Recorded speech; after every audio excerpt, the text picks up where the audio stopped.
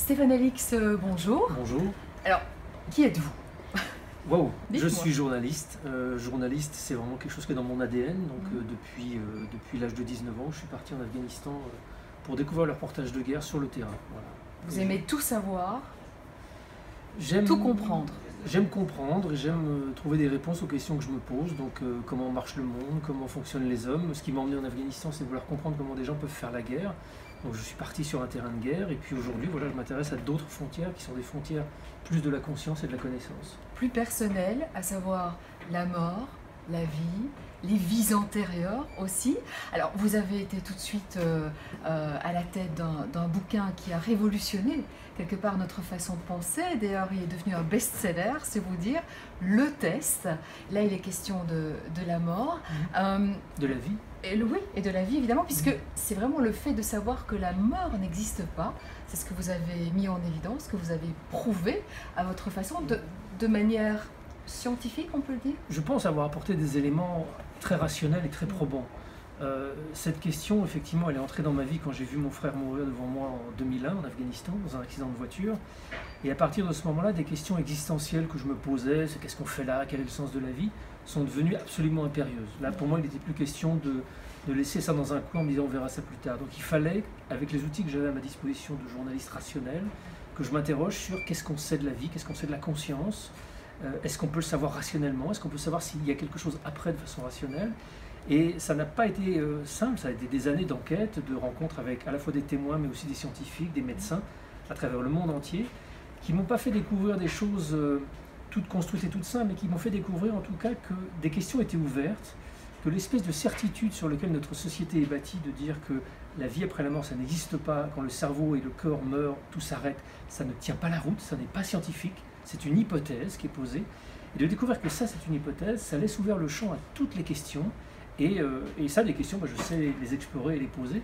Et effectivement, vous mentionniez le test. Le test, c'est un peu l'aboutissement de ces presque 10 ans d'enquête. Avec votre père.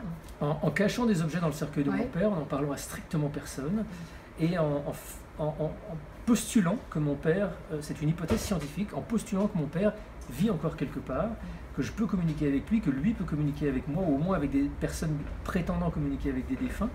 Et c'est très simple, je cache des objets, j'en parle à personne, et je vais voir ces personnes qui prétendent communiquer avec des défunts, des médiums, en voyant si mon père réussira à communiquer à travers eux et à leur parler des objets. Alors, est-ce que ça a changé quelque chose dans votre vie?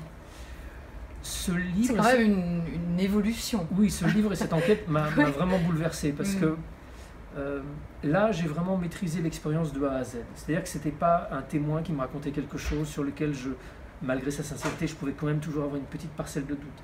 Là, je suis certain que pas un être humain n'était au courant des objets que j'avais cachés dans le cercueil de mon père. Ni ma femme, ni ma mère, ni aucune personne de ma famille n'était au courant que j'avais fait ça, ni de quels objets il s'agissait. Donc, quand les médiums commencent à me parler d'un objet, de deux objets, quand cette expérience réussit, parce que finalement elle réussit dans le test, c'est quoi les explications? Il y en a la plus simple et la plus évidente et en même temps la plus révolutionnaire, c'est peut-être que mon père est en train de parler à ses médiums et que mes médiums me transcrivent simplement une information qu'il aurait donnée par un être encore vivant. Vous avez des quelque messagers quelque part qui vous arrivent avec les messages de votre père. Est-ce que ça vous a permis de quelque part vous sentir mieux? C'était pas l'objectif direct, parce que j'ai pas fait cette enquête pour faire un travail de deuil ou essayer de m'apaiser. Au contraire même, j'étais empreint d'une volonté terrible de ne rien laisser de côté. Je voulais pas adhérer à une croyance qui ferait du bien, je voulais avoir une preuve, avoir des choses tangibles. Et c'est en découvrant la consistance de ces éléments, de ces témoignages, et puis de ce test, que effectivement ça m'a permis de porter un regard différent sur la mort.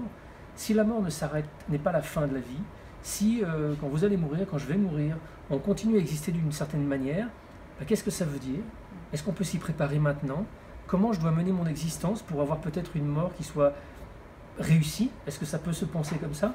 Et du coup, c'est plus vraiment un apaisement ou de la tristesse qui s'en va, c'est plus un regard qui évolue profondément sur la vie qu'on a aujourd'hui et sur le sens de cette existence. Mais ça balaie aussi tout type de frustration chez l'autre, chez la personne qui reste. Parce que ça permet une connexion. Ben non, justement, non, c'est... Justement, la perception qu'on a de la médiumnité dans notre société est un peu magique, c'est-à-dire un petit peu presque puérile de se dire, j'y crois pas, je veux pas en entendre parler, ou alors j'y crois, et si j'y crois, tout d'un coup ça devrait régler tous les problèmes. Mais non, quand on perd quelqu'un, il nous manque. Moi, mon Oui, frère... j'allais vous parler de vos êtres chers, justement, Bah, votre frère, votre père. Est-ce que ça vous a permis de, je ne vais pas dire de relativiser, mais quelque part de vivre leur mort différemment? Ça permet de vivre la mort différemment. Oui. En revanche, ça n'exonère pas du travail de deuil. C'est vraiment important de dire ça parce que je pense que des gens qui peuvent nous écouter, qui vont être enclins à vouloir aller voir des médiums, pourraient s'étonner à l'issue d'une séance où ils auraient été impressionnés de toujours être tristes, de toujours avoir mal. C'est normal. Le médium ne va pas remplacer cette absence, elle est définitive, la personne qui est partie, ou on ne sait pas, elle est quelque part, les médiums peuvent finalement vous arriver à que vous en ayez la certitude, mais il n'en demeure pas moins que cette absence est là et que la vie doit se poursuivre avec une absence et une reconstruction de cette absence au quotidien. Alors de la vie, on va passer aux vies antérieures et elles sont peut-être très nombreuses, voilà, grâce à votre ouvrage là qui devient déjà une référence puisque toutes les critiques sont très positives, à n'écouter que celle d'Amélie Nothomb qui a mis un petit mot sympa là sur la couverture de votre ouvrage.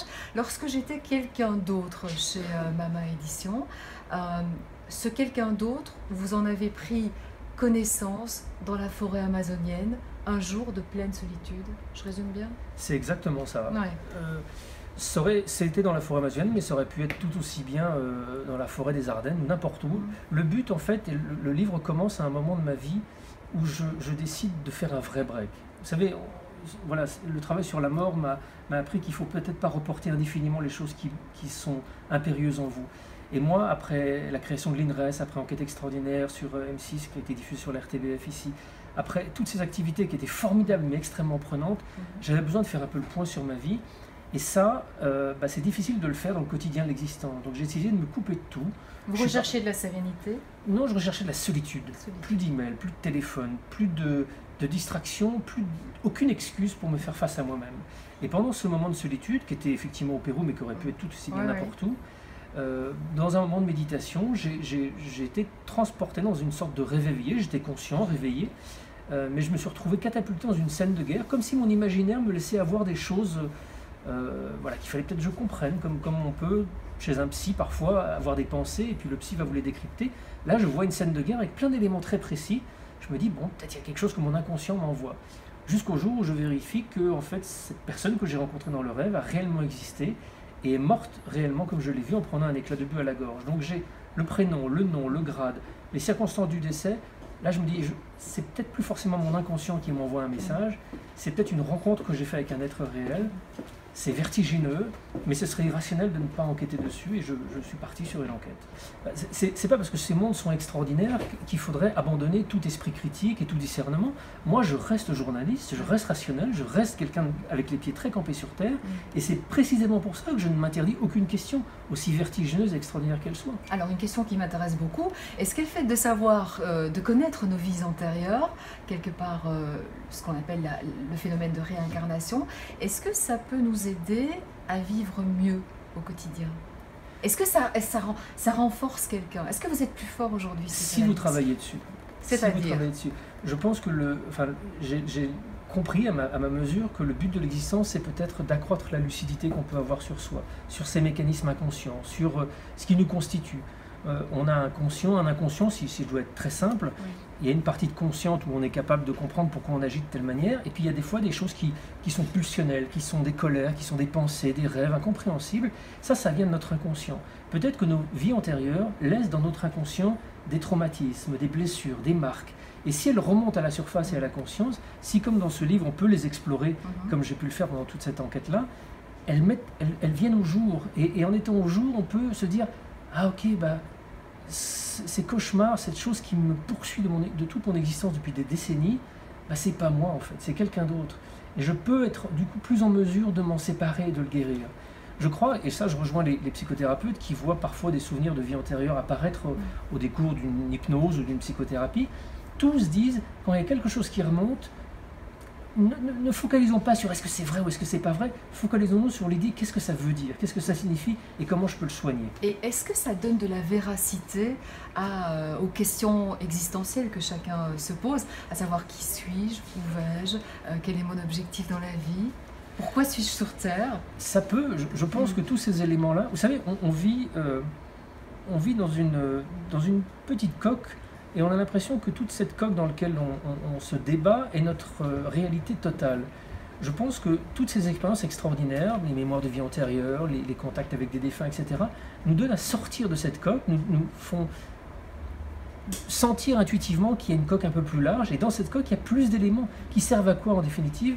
À mieux se connaître, à mieux se comprendre. C'est donné à tout le monde, Mais ça, ce que vous avez fait, ce que vous avez vécu? Je suis absolument convaincu que c'est donné à tout le monde, mais la question qu'il faut poser, c'est quand est-ce que ce tout le monde s'autorise à vivre ça?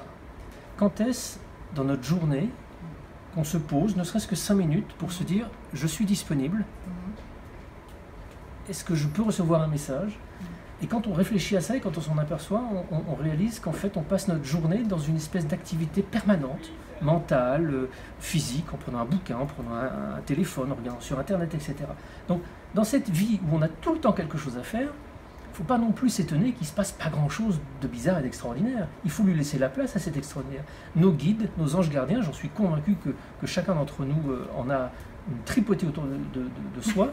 Oui. Et bien ils sont là, les bras croisés, en disant bon, alors quand est-ce qu'on fait appel à nous?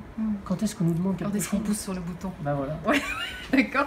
Est-ce que la personne qui arrive à réaliser cela, comme vous l'avez fait, est-ce qu'on peut dire que là, elle se rend compte de l'évolution? Elle prend conscience de son évolution par rapport à sa vie antérieure? Encore une fois, ça dépendra vraiment de chaque cas de figure, mais je pense que tous les éléments qui concourent à nous donner un éclairage sur nous et sur ce qui nous constitue nous permettent d'avoir une vision plus large et une mise en perspective plus intéressante de la vie, de nos vies, de tout ce qui nous a, de tout ce qui nous constitue, en fait, de tout ce qui nous habite. Et en ce sens, ça peut nous permettre de comprendre beaucoup de choses. Oui. Qu'est-ce qui vous rend heureux aujourd'hui, Stéphane Alix?